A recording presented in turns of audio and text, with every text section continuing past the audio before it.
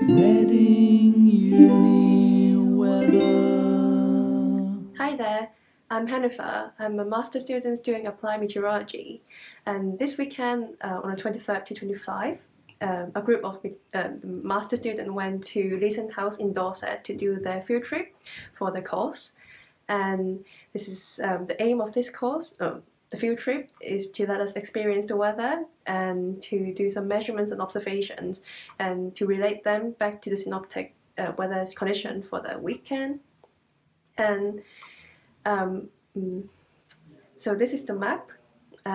It's this Leeson House where we stayed for the weekend, and it's a very good place, and it's been used for during the Second World War. It's used for some development or research in radar, so it's quite exciting place to go for our field trip.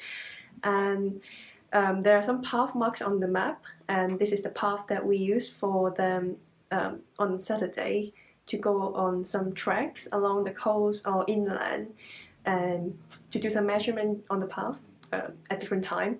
So this is Dalston Head where we do our radio sound launches, and so this is the lowest part of the trek where we or for the coastal trek. There are a lot of people doing exciting things, for example diving into the sea to the wave, and we do not recommend this. So this is the instruments that we use for our measurements during the field trip and along the trek. And the first one is the probe thermometer, which we use to measure the soil temperature. And the second one is the testable hygrometer, which is used to measure the relative humidity and the temperature. And we also use the Kestrel device, which can tell us the wind speed, pressure, which can be converted into mean sea level pressure after we have the known altitude. And the next one is the handheld cup anemometer, which can tell the wind speed, and the IR thermometer, which we can use to measure the cloud base temperature. Then we can work out how the cloud base is, how tall is the cloud base. And we can also use it to measure the soil temperature, so it can give us the surface temperature. We also have a whirling psychrometer, which is very interesting. We can whirl it to get the relative humidity by the measurements of the wet bulb temperature and the dry bulb temperature, and with the scale that we can work out. So this is the map mass, and this is the radio sound launch, and this is the last one we did on the day on Sunday before we go. It's nice weather. And here is a group of master students doing the measurements for the microclimate analysis.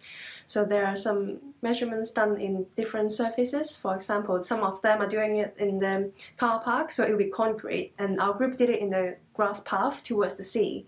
So it will be interesting to see the comparison between this different environment. How are they going to affect the measurements, and by a lot, how many or how much it's going to affect. So this is the weather we experienced through the weekend.